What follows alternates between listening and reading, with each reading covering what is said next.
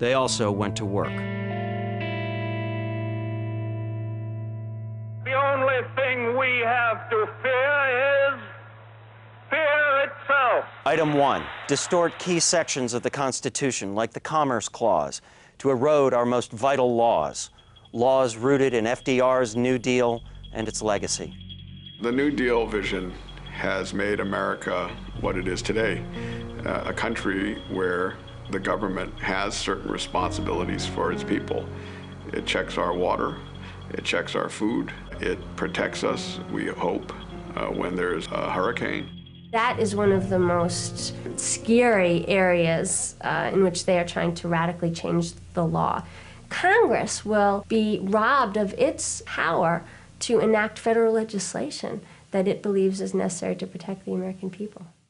I grew up in the South, so I've personally experienced segregation, separate water fountains, separate bathrooms, separate schools, being bused across town because of my race.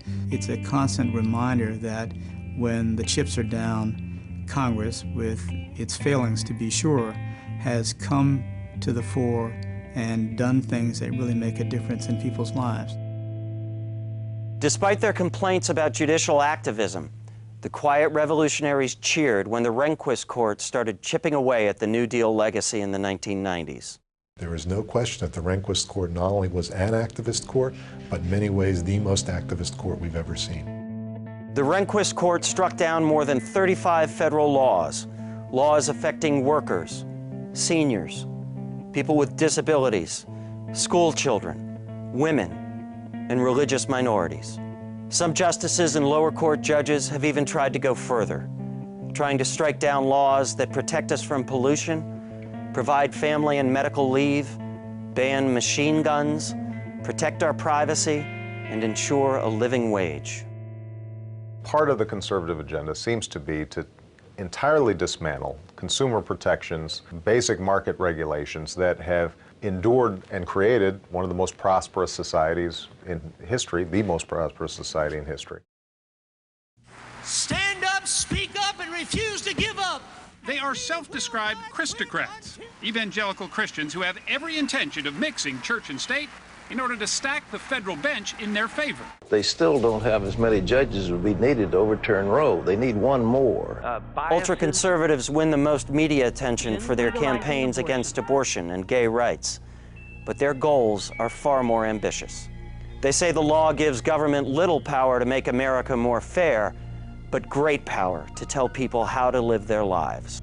The distinctive feature of the position of Justice Scalia and Thomas is not that they're merely against abortion. They are against the very idea of the right to privacy. They would overrule Griswold against Connecticut. If you'd been a Supreme Court judge and Griswold versus Connecticut, the famous birth control case came up, which centered around whether there's a right to privacy. Right. Do you believe that was correctly decided? No, I don't.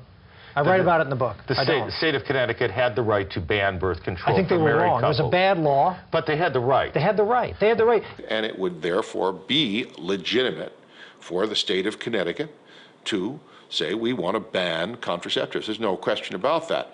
The privacy right it's sort of this invented right. So in their view, the right to privacy, which includes the right to keep your medical and business records private, which includes the right to live with members of your family, which includes the right not to be sterilized.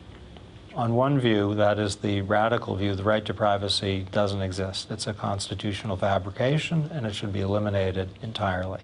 There's something else they say doesn't exist: the constitutional wall separating church and state.